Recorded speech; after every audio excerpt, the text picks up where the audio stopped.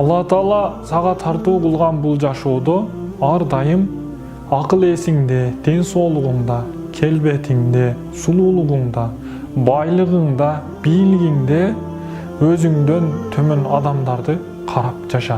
Себеби кыйынчылыкта сабыр кылганды, азга канаат кылганды, барына шүгүр кылганды үйрөнөсүң. Ачууланбай сабырдуу бол. Сабырдуулук пайгамбарлардын мүнөзү. Кичипейил, жумшак бол. Канчалык кичипейил болгон сайын Алла Таала даражаңды ошончолук көтөрөт. Жашооңду жөнөкөйлөт. Ар дайым жакшылыкты, жакшы нерселерди, ийгиликти ойлогон. Башыңа бир сыноо келсе качпагын. Ал сыноону жакшылыкка жоргон.